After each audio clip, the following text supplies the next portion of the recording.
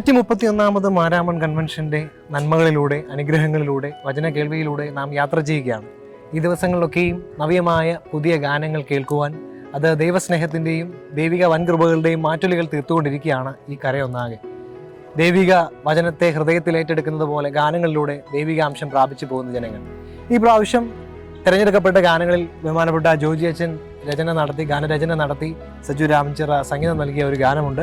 പ്രിയപ്പെട്ട അച്ഛനോടും സജിച്ചായനോടും അതിൻ്റെ വിശേഷങ്ങൾ നമുക്ക് ചോദിക്കാം. അച്ഛാ, ഈ പ്രാവശ്യത്തെ മാരാമൺ കൺവെൻഷൻ്റെ ഒരു അനുഗ്രഹീത ഗാനം രചിക്കാൻ അച്ഛനെ സാധിച്ചു. അപ്പോൾ ആ ഗാനം എങ്ങനെയാണ് ഈ പ്രാവശ്യം അങ്ങനെ ഒരു ഗാനത്തിന് അച്ഛന് ദൈവം ഇടയാക്കിയത്? അച്ഛൻ എന്താണ് അതിനുള്ള അനുഭവങ്ങൾ പങ്കുവയ്ക്കാനുള്ളത്?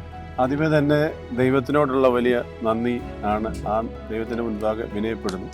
പ്രത്യേകിച്ച് ജീവിതം എപ്പോഴും വിനയപ്പെടുന്ന ഒരു ദൈവമുണ്ട്. ആ ദൈവം വിനയപ്പെടുമ്പോൾ അതിനൊരു പദ്ധതിയുണ്ട്. ആ പദ്ധതിയിലനുസരിച്ച് ജീവിതം ക്രമീകരിക്കേണ്ടത് ആവശ്യമാണ്.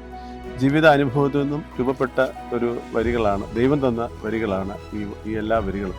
ഒരുപക്ഷെ ഏതിലൂടെ ആരംഭിച്ച ആ ദിവ്യമായ അനുഗ്രഹത്തിന് ഭാഗമാക്കി ദൈവം നമ്മെ മാറ്റുമ്പോൾ അത് വലിയ ഒരു കുശവൻ്റെ കയ്യിലെ കളിമണ്ണ് പോലെ രൂപപ്പെടലാണ് അവിടെ ഉണ്ടായത്.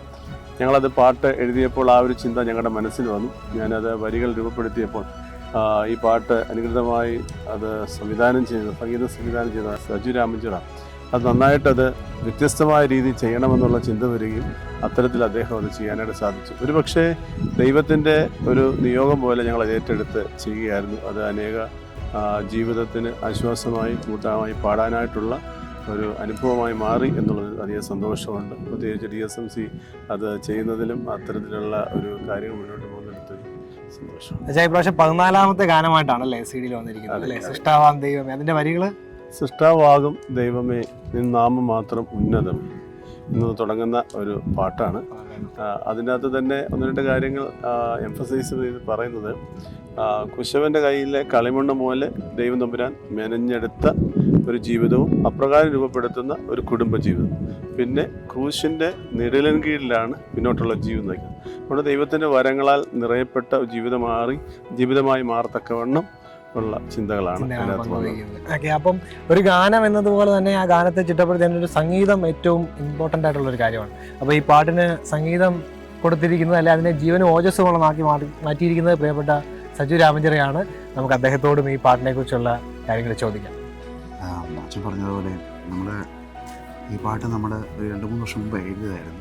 അതിനുശേഷം അച്ഛന് എഴുതി തന്നു. നമ്മൾ ഒന്നിച്ച് പ്രകാശം വരുന്ന ഇത് വേണ്ട വേദനകളൊക്കെ വരുത്തി. എന്നാൽ അച്ഛനെ ഇത് തന്നപ്പോൾ തൊട്ട് ഒരാവശ്യമേ ഉള്ളായിരുന്നു, ഇത് വരുന്ന എല്ലാ തരത്തിലുള്ള ആൾക്കാർക്കും പാടാൻ സാധിക്കണം. പ്രായഭേദമില്ല, എല്ലാവർക്കും എളുപ്പം പാടാൻ പറ്റുന്ന വളരെ എളുപ്പം പഠിക്കാനും പാടാനും പറ്റുന്നൊരു പാട്ട് അങ്ങനെ ചിട്ടപ്പെടുത്തണമെന്നാണ് അച്ഛനോട് ആവശ്യപ്പെട്ടത്. അതിന് പ്രകാരം ഞങ്ങൾ ഒന്നിച്ചിരുന്നു. അങ്ങനെ ദൈവം തന്ന ഒരു ഈണമാണ് ഇതിന് കൊടുത്തിരിക്കുന്നത്. അപ്പോൾ തീർച്ചയായിട്ടും ബഹുമാനപ്പെട്ട അച്ഛനിലൂടെ രചിക്കപ്പെട്ട ഈ ഗാനം, അതിൻ്റെ സംഗീതം കൊടുത്ത സജിച്ചായൻ, ഈ ഗാനം നമുക്ക് ഹൃദയത്തിൽ ഏറ്റെടുക്കാം. സൃഷ്ടിയോടും സൃഷ്ടികർമ്മത്തോടും ഒക്കെ ആ പരിപാലനങ്ങളൊപ്പം ചേർന്ന് നിൽപ്പാൻ ഇവിടെ ഒരു മണൽപ്പുറത്ത് മാത്രം പാടിപ്പോകുന്നതല്ല, മുന്നോട്ടും ഹൃദയത്തിലും ജീവിതത്തിലും അത് ഏറ്റെടുത്ത് പാടുവാൻ സാധിക്കട്ടെ എന്ന് DSMC മീഡിയയായി സഭയിലെ മക്കളുടെ പേരിലും എല്ലാ ആശംസകളും. സൃഷ്ടാവാകും ദൈവമേ നിൻ നാമം മാത്രം ഉന്നതമേ, കുടുംബമായി ഞങ്ങൾ സ്തുതിച്ചിടുന്നു വണങ്ങുന്നു നിൻ നാമത്തെ. സൃഷ്ടാവാകും ദൈവമേ നിൻ നാമം മാത്രം ഉന്നതമേ, കുടുംബമായി ഞങ്ങൾ സ്തുതിച്ചിടുന്നു വണങ്ങുന്നു നിൻ നാമത്തെ.